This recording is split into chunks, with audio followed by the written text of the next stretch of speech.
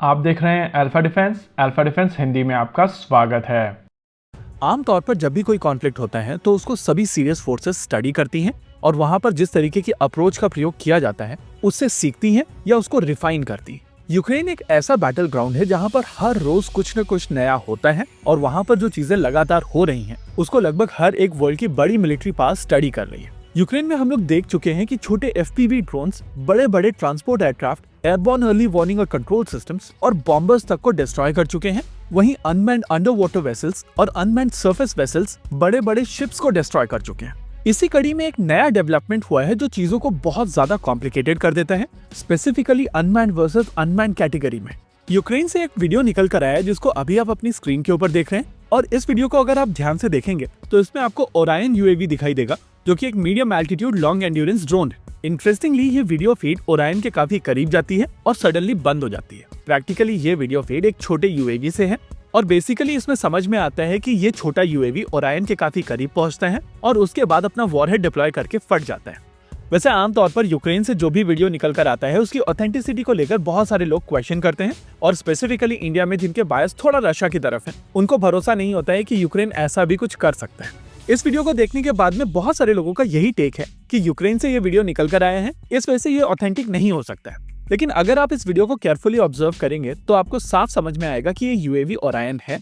पीछे की ओर अगर आप ध्यान से देखेंगे तो प्रोपेलर घूमता हुआ नजर आ रहा है। ये वीडियो IR कैमरा से लिया गया है, यानी कि ड्रोन के पास में IR कैमरा था जो होमिंग के लिए यूज किया गया है। वीडियो फीड में आपको एक ग्राफ अप एंड डाउन जाता हुआ नजर आ रहा है जो इंडिकेट करता है कि इसमें अकाउस्टिक सेंसर भी था।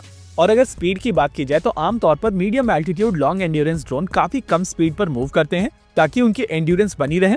और इसी वजह से अगर आपकी तरफ से कोशिश की जाती है कि एक छोटे UAV से इसे इंटरसेप्ट किया जाए और ये छोटा UAV उस medium altitude long endurance drone के काफी करीब जाकर फट जाए तो नेचुरली यहाँ पर medium altitude long endurance drone ध्वस्त हो जाएगा।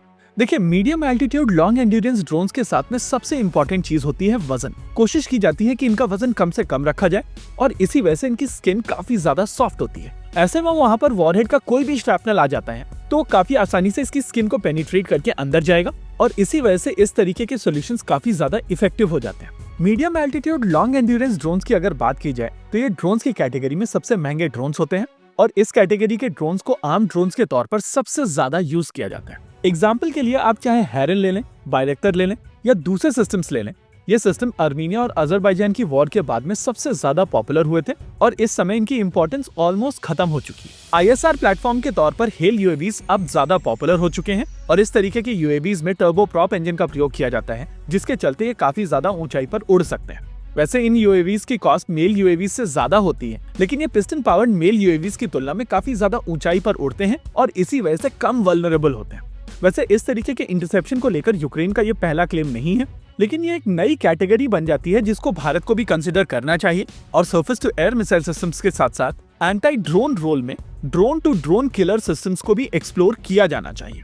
ऑपरेशन सिंदूर के दौरान भारत और पाकिस्तान के बीच में जो कॉन्फ्लिक्ट हुआ था उसमें ड्रोन्स का काफी एक्सटेंसिव प्रयोग किया गया था, लेकिन वहां पर फिर भी यूजेज लिमिटेड ही कंसिडर किया जाएगा। भारत के अगर आप ट्रू पोटेंशियल की बात करेंगे तो वो काफी ज्यादा था और अब पाकिस्तान, चाइना और टर्की की मदद से और बेहतर सिस्टम्स एक्वायर करने की कोशिश कर रहा है। यानी कि आगे चलकर जो भारत और पाकिस्तान के बीच में कॉन्फ्लिक्ट होगा वहां पर आपको ड्रोन्स का काफी सिग्निफिकेंट प्रयोग दिखाई देगा। वैसे ड्रोन्स का एक और एडेड एडवांटेज है कि ये एस्केलेशन लैडर में काफी नीचे हैं और आप नॉर्मल क्रॉस बॉर्डर स्ट्राइक के लिए ड्रोन्स का प्रयोग कर सकते हैं। ओवरऑल भारत के इनोवेटर्स को इस चीज के ऊपर ध्यान रखना चाहिए और अगर पॉसिबल हो तो इस तरीके के सिस्टम्स डेवलप करने चाहिए। इसी के साथ आज के इस वीडियो में लगते हैं केवल इतना ही। वीडियो को अंत तक देखने के लिए धन्यवाद। देखते रहिए अल्फा डिफेंस। जय हिंद।